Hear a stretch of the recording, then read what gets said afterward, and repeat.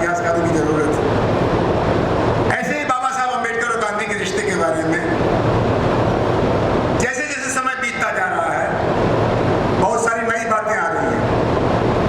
दो व्यक्ति तो ऐसे हैं भारतीय इतिहास में जिसके बारे में अभी कहानी पूरी नहीं हुई है। एक मोहनदास करमचंद गांधी और एक भीमराव अम्बेडकर। आप अगर आज अभी इंटरनेट पर जाइए और पिछले 3 साल में गांधी पर किताबों की चर्चा लिखिए तो कम से कम 1 दर्जन किताबें मिल जाएंगी, 1 दर्जन। और बाबा साहब अम्बेडकर पर 1.5 दर्जन। इतनी दिलचस्पी इसलिए है कि समय के प्रवाह के साथ दोनों का महत्व बढ़ता जा रहा। अपने जमाने में गांधी जितने महत्वपूर्ण थे, अपने जमाने में बाबा साहब अम्बेडकर जितने महत्वपूर्ण थे, आज उससे कई गुना ज्यादा हो गए। तो उनका व्यक्तित्व बढ़ता चला जा रहा है। तो जो व्यक्तित्व बढ़ता चला जा रहा है तो जो मूल इतिहास था उसके आधार पर लोग अपनी विशेषज्ञता भी बढ़ा रहे हैं। आपको मालूम होगा 1969 में गांधी जी का जन्म शताब्दी वर्ष था। 1969 में जैसा चलन है जगह जगह उनकी मूर्ति लगाई गई, सड़कों का नाम रखा गया और कुछ विद्या केंद्रों में, विश्वविद्यालयों में गांधीयन स्टडी सेंटर ही बनाया गया। 1969 2024 अब एक किताब दी है आपने हमारे स्वागत में, Gandhi and his adversaries and critic.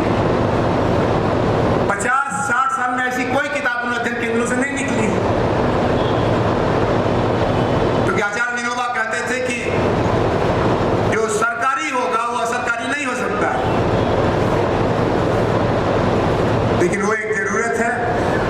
और गांधी अध्ययन पीठ से जुड़े हुए कुछ लोग यहाँ आए भी होंगे। ऐसे ही बाबा साहब अम्बेडकर का 1991 में शताब्दी वर्ष मनाया गया और कुछ जगहों पर अम्बेडकर अध्ययन पीठ की स्थापना की गई। वहां भी काम हो रहा है। हमारे एक दोस्त जवाहरलाल नेहरू विश्वविद्यालय के आचार्य, महाराष्ट्र के पुत्र, अम्बेडकर साहब के मानने वाले प्रोफेसर सुखदेव थोरट यूजीसी विश्वविद्यालय अनुदान आयोग के अध्यक्ष बना दिए गए।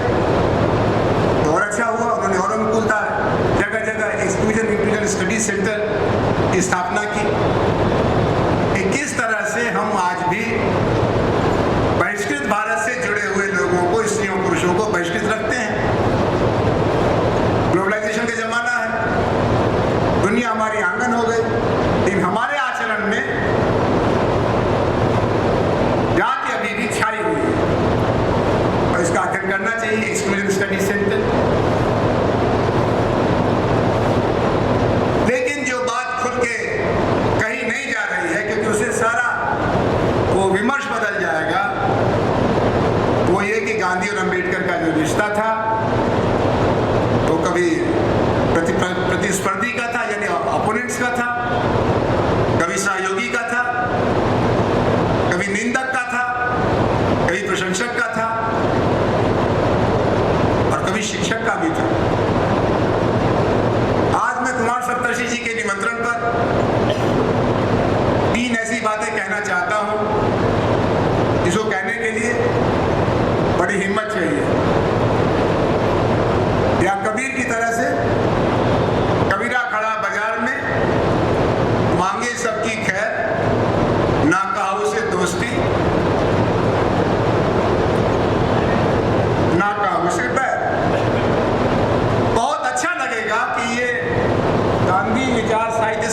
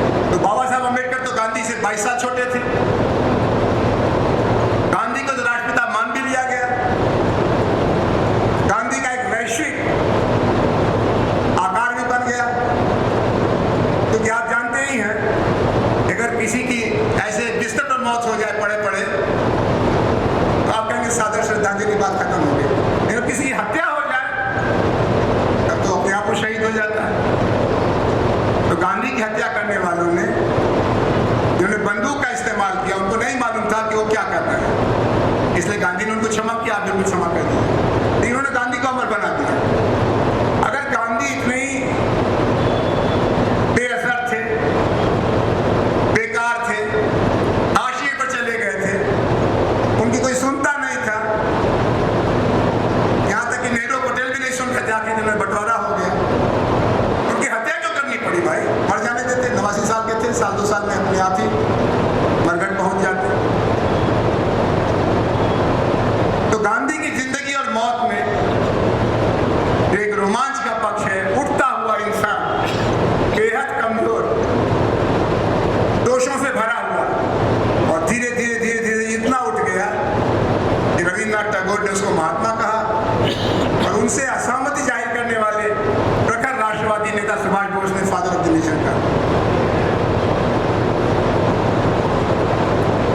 ये गांधी का एक तिरस्मी किस्म का हमारे जीवन पर असर है, और इसको लगातार जांचना पड़ेगा। मैं कुमार भाई की दी हुई इस छूट से ये कहना चाहता हूं कि जो लोग गांधी विमर्श में, हिंद स्वराज में टिके हुए, हिंद स्वराज 1909 में लिखी गई, 1909 में, उसके बाद गांधी जी 29 साल जिंदा रहे। लेकिन बहुत से लोग कहते हैं गांधी का सारांश समझना है तो हिंद स्वराज समझो। मैं गांधी का विनम्र विद्यार्थी हूं, गांधी भक्त नहीं हूं।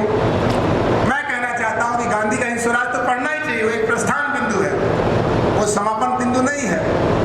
अगर समझना है समापन का संदेश, कुछ कांग्रेस विरोधी लोग कहते हैं उन्होंने एक वसीयतनामा लिखा था जिसमें कहा था कांग्रेस को खत्म करो, लोक सेवक संघ बनाओ।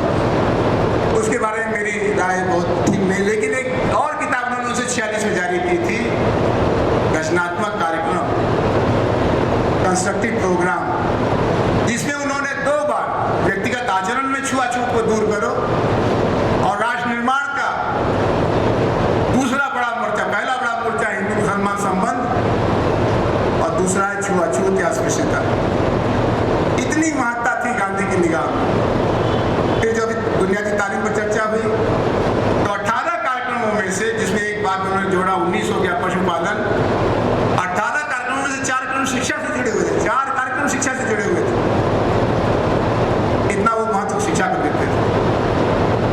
और नव निर्माण के वाहक के रूप में, एजेंसी के रूप में उन्होंने 4 समूहों को पहचाना था: किसान, श्रमिक, महिला और विद्यार्थी। गांधी के बारे में चर्चा करने वाले कभी आत्मकथा पर टिके रह जाते हैं, जिसके बाद 20 सालों जिंदा रहे, कभी हिंद स्वराज पर टिके रह जाते हैं, और कभी उनका वो जो भजन वगैरह है नरसिंह मेहता वाला, वैष्णव जन तो चेन्नई का, एक वाक्य में गांधी को समेट देते हैं। और फिर चरखा। नई पीढ़ी चरखे से उतनी ही दूर है जितनी भारत की औरतें आजादी से दूर हैं। लेकिन हम गांधी के प्रतीक के तौर पर चरखा पेश करते हैं, और जितना औद्योगिकरण का दोष है उस सबको सामने रखते हुए कहते हैं देखो गांधी ने बताया था। लेकिन नई पीढ़ी का दूसरा दर्शन है, दूसरा चिंतन है, उसके दूसरे सपने हैं। और मुझे बहुत खुशी है, मैं आता हूँ जब पूना तो गांधी शांति प्रतिष्ठान भी आता हूँ, कभी भी मुझे भाई कुमार सप्तर्षि जी और अनवर राजन जी की बैठक खाली नहीं मिली, नौजवानों से घिरे रहते हैं। तो ये ताज्जुब होता है कि नौजवान और इनके बीच में क्या रिश्ता है। ये 84 साल के हैं, वो 24 साल का है, 14 साल का है, रिश्ता सपनों का है। आज दुनिया में जो डरी हुई दुनिया है, प्रदूषण से डरी हुई है, सांप्रदायिकता से डरी हुई है, हिंसा से डरी हुई है, उसमें एक नाम जो चमकता है और नामों के साथ, वो है गांधी का। दुनिया में ऐसे बाबा साहब अम्बेडकर इस समय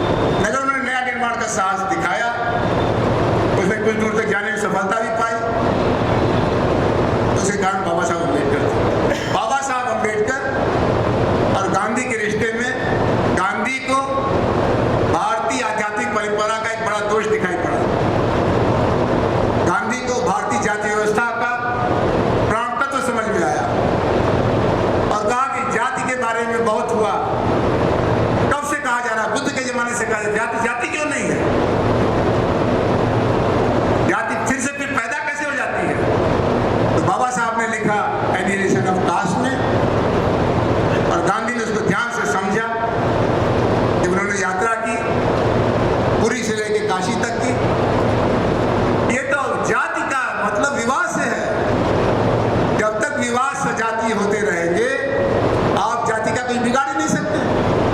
और जैसे अंतरजातीय विवाह हो गया, फिर आप एक दूसरी दुनिया में चले जाएंगे। जाति वाले चाह करके भी आपको नहीं ला सकते, क्योंकि आपने उस जाति के चक्र को तोड़ दिया।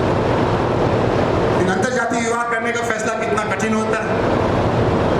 यहाँ कई लोग होंगे जिन्होंने अंतरजातीय विवाह किया होगा, उसके आगे अगर अंतर सांप्रदायिक विवाह किया तब तो और भी कहते करेला नींद पे चढ़ गए। आपने गाना गा रहे थे एक नौजवान कि जितने ये धर्म है इनका आप पर कोई एहसान नहीं है, क्योंकि इससे आपको कुछ मिला ही नहीं है, ना हिंदू बनेगा ना मुसलमान बनेगा। इंसान की औलाद बनने, इंसान की औलाद है, इंसान बनेगा। इंसान बनना कितना कठिन है, कभी सोच के देखिएगा। हम अपने परिवार से ऊपर उठते हैं तो कुटुंब के हो जाते हैं, कुटुंब से ऊपर उठते हैं तो पड़ोस के हो जाते हैं, पड़ोस से ऊपर उठते हैं तो भाषा के हो जाते हैं, भाषा से ऊपर उठते हैं तो जात के हो जाते हैं, और जात से ऊपर उठते हैं तो संप्रदाय के हो जाते हैं, उसमें राष्ट्रीयता भी आ जाती है। जब इस सबसे ऊपर आप उठ जाते हैं तब आप मनुष्य होते हैं। नेल्सन मंडेला मनुष्य थे, मार्टिन लूथर किंग मनुष्य थे, रविन्द्रनाथ टैगोर मनुष्य थे, बाबा साहब अम्बेडकर मनुष्य थे, मोहनदास करमचंद गांधी मनुष्य थे। इन मनुष्य बहुत कम पैदा होते हैं, इंसान तो बहुत पैदा हो रहे हैं रोज। इस समय धरती पर 8 अरब लोग हैं दुनिया में, 8 अरब लोग। इसलिए इंसान कितने हैं, मनुष्य कितने हैं, बहुत मुश्किल है। तो इस समय एक नए दृष्टिकोण की जरूरत है।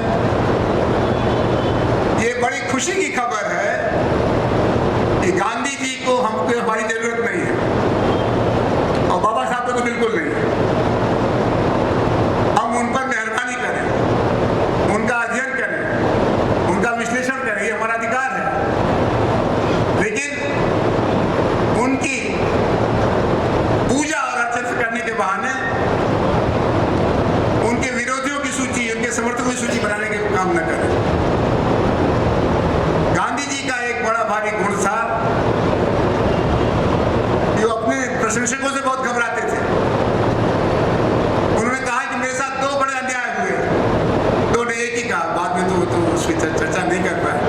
उन्होंने कहा कि मेरे साथ अन्याय ये हुआ है कि मुझे महात्मा कहा जाता है, और मैं अपने दोषों को सबसे ज्यादा जानता हूं। मैं तो हाड़ मांस का पुतला हूं, मेरे अंदर इतने दोष हैं कि मुझे ये भरोसा है कि आने वाले समय में नई पीढ़ी के जो लोग आएंगे वो हमसे बहुत बेहतर होंगे और बहुत बड़े साधक होंगे सत्य अहिंसा के। मैं इतना दोषी हूं, मुझे महात्मा न कहा करो। ऐसे ही डॉक्टर अम्बेडकर, खासतौर पर 1946 के बाद के अम्बेडकर, अगले 10 साल के अम्बेडकर लगातार नाराज हैं, चिड़चिड़े हैं, दुखी हैं, लेकिन जिस पर हाथ रखते हैं वही कमजोर निकल जाता है। उन्होंने कहा कि ब्राह्मणवादियों से हमको उतनी चिंता नहीं है, ये मैं इनके साथ सहमति रखता हूँ, इनको अनुशासन सिखाना है। और हम लोग, जैसा कल कहा था किसी ने, कुमार सप्तर्षि जी को, हाँ मनोज ने कहा था कि मुझे तो भरोसा ही नहीं हो रहा है कि पूना शहर है, शाम का 6 बज रहा है और इतने सारे लोग गांधी चर्चा के लिए आए हैं। यहाँ कोई फिल्म स्टार आने वाला नहीं है, कोई मंत्री विधायक आने वाला नहीं है, कोई मुफ्त में कोई चीज बंटने वाली नहीं, फिर भी लोग आप आए हुए हैं। जब आपको देखा हमने तो मेरे में बहुत लालच हो गया। लेकिन मैं बात को खत्म करूंगा ये कहते हुए, नंबर 1, समाजशास्त्र की दृष्टि से गांधी और अम्बेडकर एक स्वप्नजीवी समाज सुधारकों की कोटि में थे। वो सच को जानते थे, लेकिन एक असंभव संभावना के लिए अपनी किस्मत आजमा रहे थे। उसके लिए उन्होंने अपने को दांव पर लगा दिया। गांधी तो चुनाव लड़े नहीं, ज्यादा समझदार थे, बाबा साहब चुनाव में हारे थे। दूसरा कि गांधी का जो विमर्श है वही स्वराज से शुरू होता है, खत्म नहीं होता।